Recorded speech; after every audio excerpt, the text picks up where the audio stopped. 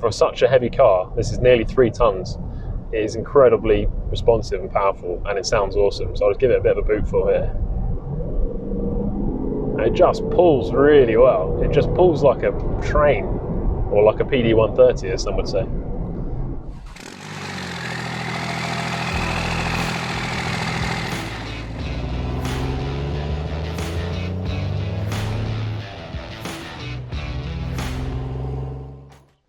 Hello guys, welcome back to the channel.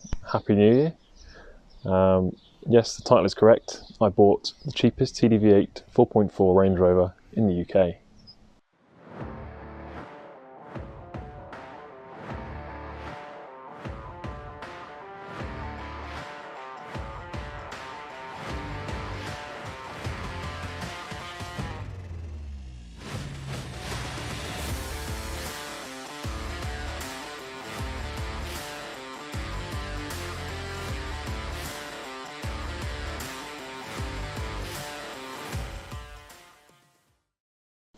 So I realise most of you guys are here actually because you want to watch the Cummins Land Rover, the 130 build. That is still ongoing. It is actually MOT'd and on the road now, but it's currently down in Kent. Obviously we're in lockdown at the moment, so I can't get down there to get it, but it's on the road. It's going to be coming up here as soon as I can. So I'll be driving it, working on it, ironing out all the kinks. But in the meantime, I thought, as you are all obviously Land Rover fans, you'd be interested to see what happens when you buy very cheap, very high mile Range Rover 4.4 TDV8. Now, TDV8 Range Rover is one of those cars that I have wanted to own for ever since they came out. So ever since the 3.6 TDV8 came out, I've always wanted to own an L322, and the 4.4 is the ultimate version of that, really. And yes, I'm fully aware of how bad of a financial decision this is likely to be, but as I said, it's one of those cars that I need to own to get out of my system, and if I don't own it now, maybe I never will, by the time the government bans all of the diesel cars and big heavy 4x4s like this. So yeah, it's going to be my daily drive. Let's show you around it. So this is a 2011-2012 model year 4.4 TDV8. These have the 8-speed gearbox as opposed to the 6-speed ZF gearbox, and a few other little enhancements over the earlier cars. So as you can see guys, it's pretty filthy at the moment, but I will give you a walk around just to show you all of its little issues, shall we say, cosmetic issues. So this car, although it's been very well mechanically looked after, and has a full main dealer service history from new, over 190,000 miles, it has also not been looked after, shall we say, cosmetically as well as it could have been. So main issue we've got is, as you can see in this rear quarter, there's a rather big dent. Don't know how well that's going to come out on camera, but it's fairly well pushed in this back corner. I'm hoping if I can get inside from behind the wheel arch liner, I can push some of that out, or at least have a go. And then apart from that, there's a couple of little grazes. I think you can see one just there, scratch. It's absolutely filthy because the roads are disgusting at the moment. And yeah, just a few little bits around it. Overall though, I'm pretty happy with how it looks. I think it still looks pretty presentable for the miles and the age. Yeah, and like I said, the most important thing is that it's been looked after mechanically, or at least it seems to have been so far. I'm sure I'll find out soon if it hasn't. So heading inside, again, pretty filthy. Pretty much every surface in here, including the headlining, is in need of a really good clean. Door card is filthy, and unfortunately some of the leather is not in the best shape. This seat has been pretty well chewed up over its lifetime, but I'm going to see if there's any way we can repair this. If not, it's going to be a replacement job. It's probably going to be easier to find a second-hand seat and throw it in there. But that's probably the only real damage inside. It's just, as I say, needs a really good clean. But overall, I'm really happy with the way the interior looks, and it all seems to work as well. And then in the back here again, it's still very dirty. It's not as bad as the front, but yeah, still needs a really good clean up. So I'm going to have my work cut out with this for sure. Around the back, guys, it's a similar story. It's pretty good overall. As you know, some of these Range Rovers can suffer with a bit of corrosion on the bottom lip of the tailgate here. I can just feel it's starting to bubble there, but it's not really gone yet. Overall, not too bad. Inside, it needs some gas struts, I'm pretty sure. It does hold it up, but you have to sort of push that up. Split tailgate, of course. Yeah, again, this is filthy. It's been used, you know, as a Land Rover should. It's been carting stuff around. Carpet on the tailgate is filthy. That's going to need a really good scrub. It has had this boot protector in its whole life by the looks of it. It's a genuine Land Rover one, but again, the carpet's still not perfect under there, so that needs a good clean.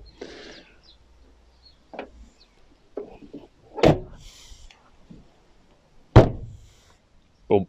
Very satisfying. So I think what I'm going to do is set the GoPro up in the car, and then I'm going to take a drive to Halfords and grab myself a massive arsenal of cleaning stuff, because as you can see, I'm really going to need it. Scrubbing tools, implements, stuff to squirt it with, smelly things, all that kind of stuff. So yeah, let's get going. So, facelift Range Rover. We have a digital dash, we have a push button start, we have DAB radio, we have heated seats, heated steering wheel, all the goodies. You have to hold the button down. There she goes. So I don't know how well you guys are going to be able to hear the actual vehicle itself. Let's turn that off. But I was amazed by how quiet this thing was when I first started it up. For a 4.4 litre diesel engine, you'd expect there to be a lot more rattle than there is, but there really isn't. It's a really, really quiet thing. So let's go. Set off. Use this sort of upturned pie dish to put it into reverse. Off we go.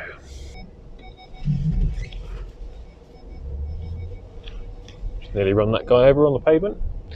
There we go. So yeah, let's talk about the buying experience I had with this car, which is a bit of an unusual one. So I bought this car through eBay. It's a company called Cars with No Reserve Reading on eBay. Some of you guys might have seen them, but they often have Land Rovers, Range Rovers, and sort of high-end luxury cars for sale, and they sell them with no reserve. So you figure out how much you want to spend on the car, you bid it. If you win, you then are able to go to their site in Reading, and you can test drive the car, and you can decide then whether you actually want to go ahead with the sale, which is good, because a lot of eBay sales, when you bid and if you win the auction, normally that's it, you've won, you own the car then. So in this case, I was able to go down to their site. They gave me the keys. I didn't have to have anybody with me on the test drive, and I was able to test drive it up and down the motorway. I took about 35-40 minutes, I think, just to go over everything, make sure it was all as good as it could be. On that basis, I was pretty happy with the car. So yeah, the other thing about this car when I bought it was that it was actually, the MOT had just expired, like by a couple of weeks. I think it expired in the end of November, and I bid on the car in December. But the company I bought it from will actually MOT the car for you for a nominal fee of 200 quid. And the terms and conditions on that are that they will pay for anything that the car needs to pass its MOT, and just for the 200 fee. So you don't pay any more if it needs anything for the MOT. Now, this being a Range Rover, £200 for an MOT, anybody that knows them, sounds like a really good bargain. So when they offered that, I accepted it, and they went ahead and MOT'd the car. Now, my thoughts were they would probably have a garage that they know who would MOT the car, and it would probably be not a proper MOT, let's say. I was expecting it to just pass with flying colours, and then probably next year I would have to do a bit of work, tyres, suspension, that kind of thing. But to my surprise, it actually failed the MOT that they took it to, so they must have taken it to a proper garage. And it failed on a rear damper leaking, I think a front suspension arm, and a rusty brake pipe. So not insignificant, and at that point I'd pretty much already, by the time they fixed all of that, I've already, won with my £200 gamble, if you like. So yeah, rear damper was replaced. They fitted a new lower arm, which I've just checked, it has actually been replaced, the whole arm, and a brake pipe as well. And it went through the MOT. So after that, I got a call from the company to say that they'd brought it back from the garage, but the suspension had gone down overnight. So okay, fair enough, it's a Range Rover, it's one of the things that they do, but to their credit, they decided instead of just sending the car to me and letting me deal with it, they would send it back to the garage and let them investigate it. And this is all from a company that sells cars with no reserves on eBay. So, you know, my expectation was literally, you buy the car, you bid on the car, you buy it, it is what it is, it's kind of sold as seen. But I was kind of surprised that they actually were willing to go to the extra effort and try and sort the car out for me. So that was good on their part. So this went on for a couple of weeks. They replaced an airbag. That didn't cure the leak. They actually replaced the compressor itself, which I was very surprised about. They phoned me up and said they're going to replace the compressor because they think it's leaking. I was dubious as to whether that would fix it. I don't think it's very common for the compressor to cause a leak on these, but it's not impossible. So they replaced that and didn't cure the leak, unfortunately. And then they replaced the other airbag on the other side, on the back, and that is what cured the leak, thankfully. So it took them about 2 or 3 weeks to fault find it, and actually, well, what they did in reality was fire the parts cannon at it. So they just replaced every part that they could see that could be leaking, I guess. So I've ended up with a new air compressor, 2 new airbags, new damper, and some other bits that they've done as well before I've even got the car. This is so far so good.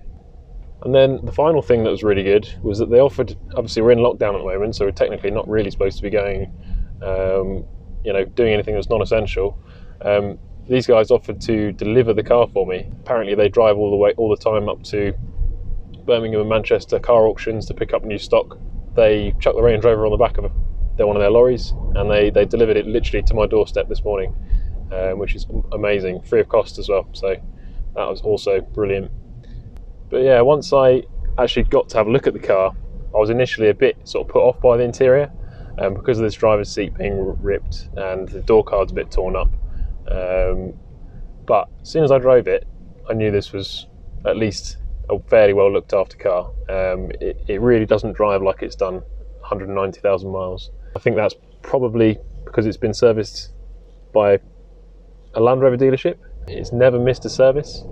So all the really important mechanical bits still feel really good, engine and gearbox wise. I know I'm jinxing it, but thankfully, being a Range Rover, I've got some wood that I can touch here to stave that off.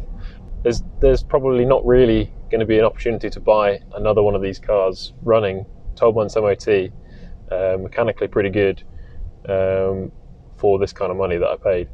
So yeah, although it needs a fair bit of cosmetic work and a lot of cleaning up, I'm pretty happy with overall. I think it's amazing value for money when you consider 9 years ago this was a £70,000 car, and to buy its equivalent today, brand new, I think it's probably close to £80,000 or £90,000. So for me to be able to get this at the price I did is a marvel of depreciation.